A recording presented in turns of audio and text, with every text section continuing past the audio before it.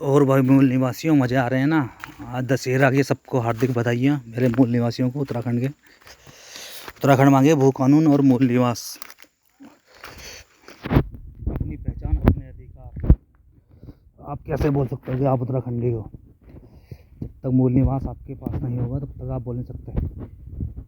आज हम जंगल की तरफ आए हैं पिकनिक बनाने के लिए। पिकनिक या थोड़ा घास घूस लेके जाएंगे अपने जानवरों के लिए।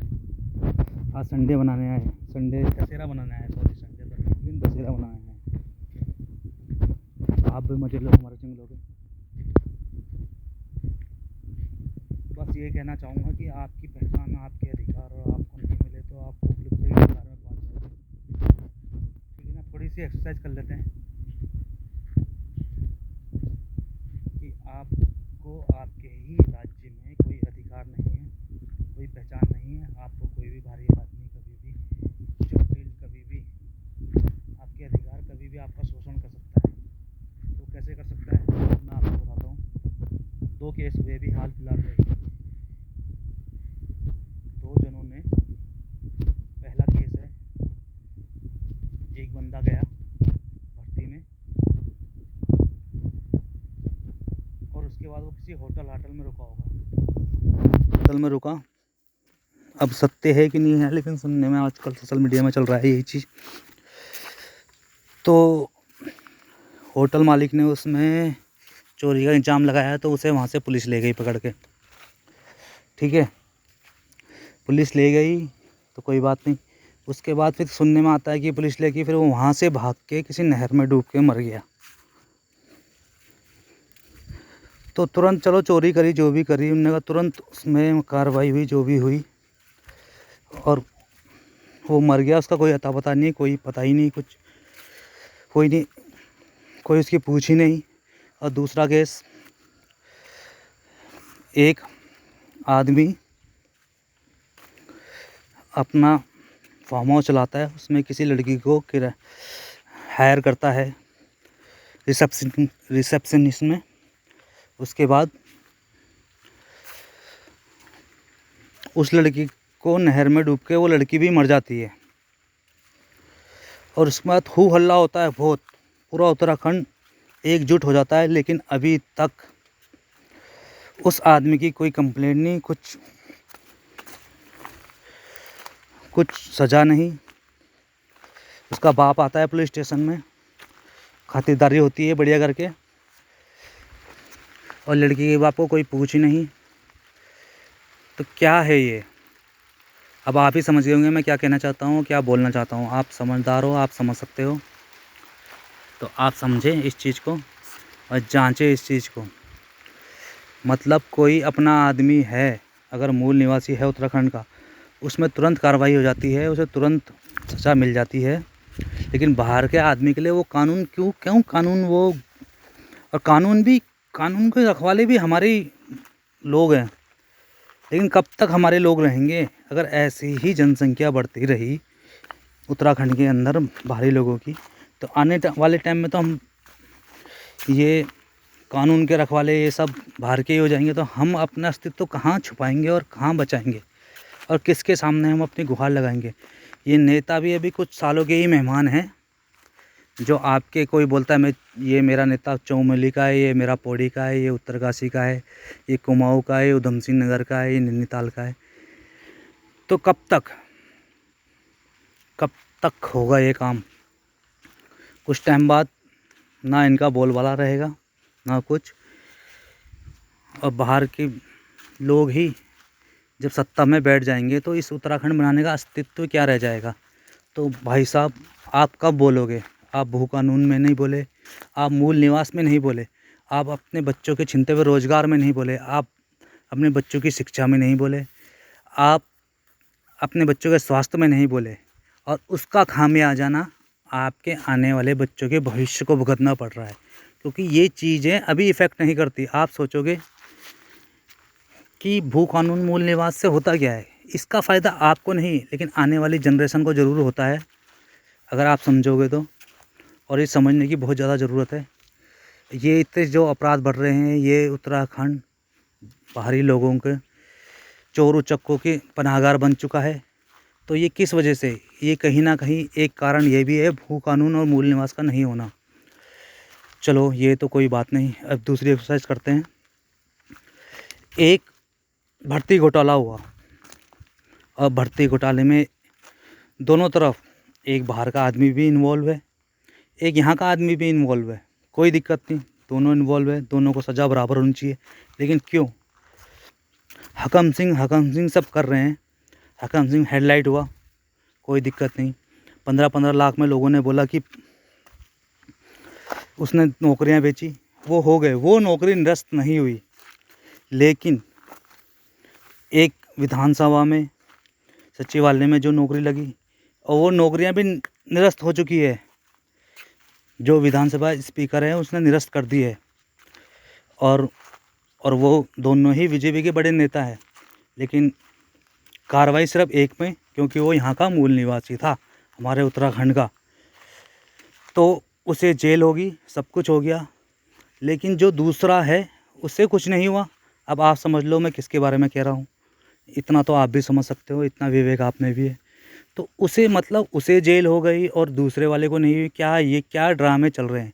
मतलब हमारा लोग कुछ गलत करेगा, करा, सज़ा होनी चाहिए, हम मानते हैं, लेकिन दोनों के लिए बराबर होनी चाहिए। दोनों ही आदमी सेम हैं, सेम अपराध कर रखे हैं, लेकिन उसे जेल की कटघरे में डाल दिया और दूसरा आदमी अभी भी मंत्रिमंडल में बना हुआ है।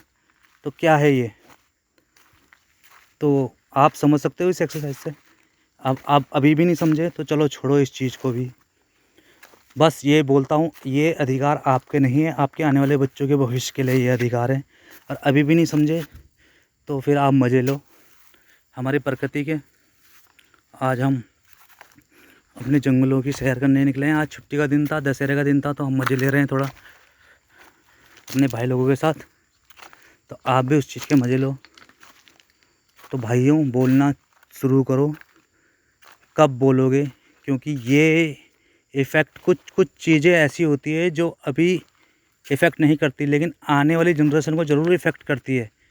तो समझो, अपने रोज़गार, अपने संसाधन, अपना सब कुछ, उसके बाद भी हमारा बोलबाला नहीं, हमारे ही लोगों पे कार्रवाई, हमारे ही लोगों में। अनंत चोर दोनों ही हैं, लेकिन कार्रवाई सिर्फ हमारे लोगों में, क्योंकि उसके साथ कोई खड़ा हुआ नहीं है और दूसरा पार्टी बहुत पैसे वाली है। लेकिन पैसा भी कहाँ से कमाया? इस उत्तराखंड से तो कमाया। क्यों आया वो उत्तराखंड? यहाँ पे शांत स्वभाव, शांत माहौल, शांत सब कुछ, हर चीज़ उसे प्रोवाइड कराई। इस उत्तराखंड ने उसे प्लेटफॉर्म दिया अपने आप को आगे बढ़ाने का। लेकिन उसके बाद भी वो हम उत्तराखंडियों के साथ नहीं, तो हम क्यों उनका बोलबाला और हम क्यों उनके साथ देने के लिए तैयार रहते हैं 24 घंटे? आप क्यों नहीं समझते हम मूल निवासियों का अधिकार?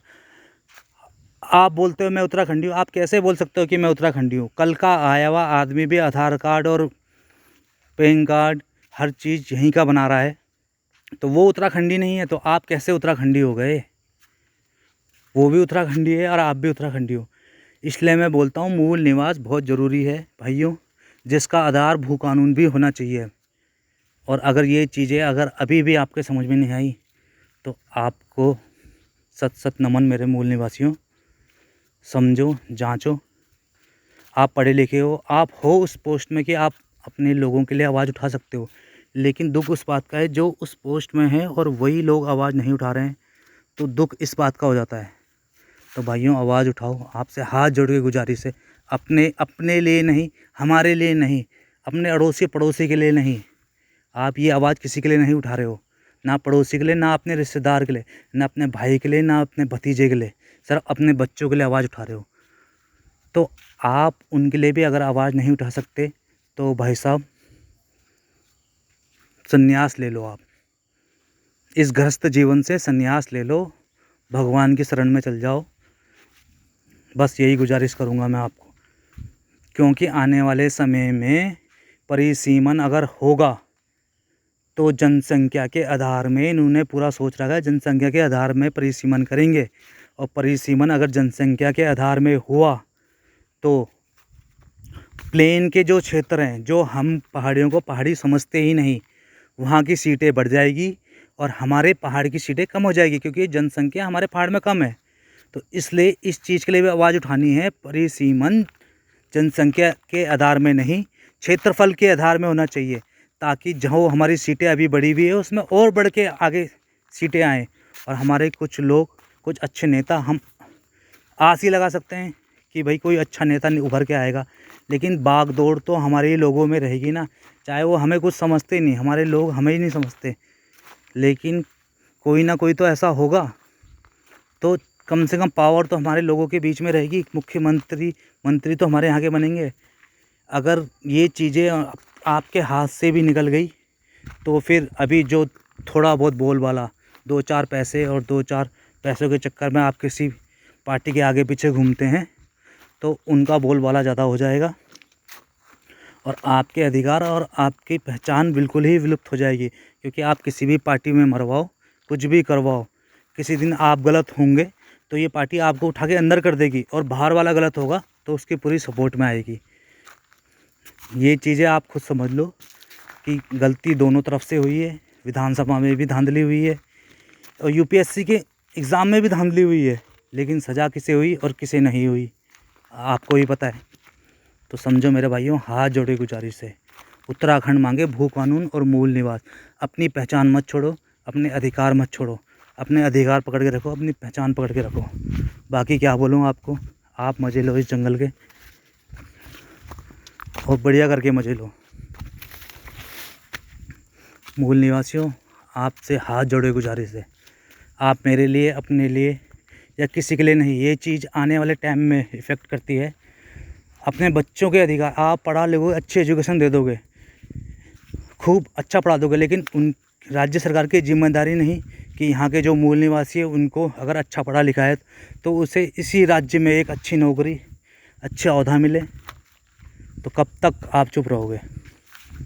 अपने राज्य से अपने अधिकार नहीं मांगोगे क्या? तो ये राज्य बनने का फिर मतलब ही नहीं रह जाएगा। क्योंकि उत्तराखंड भी पूछ रहा है कि आपने क्यों बनाया उत्तराखंड, जब अपने ही लोगों का बोलबाला नहीं होना था, तो बेकार है उत्तराखंड। जय हिंद मेरे भाइयों।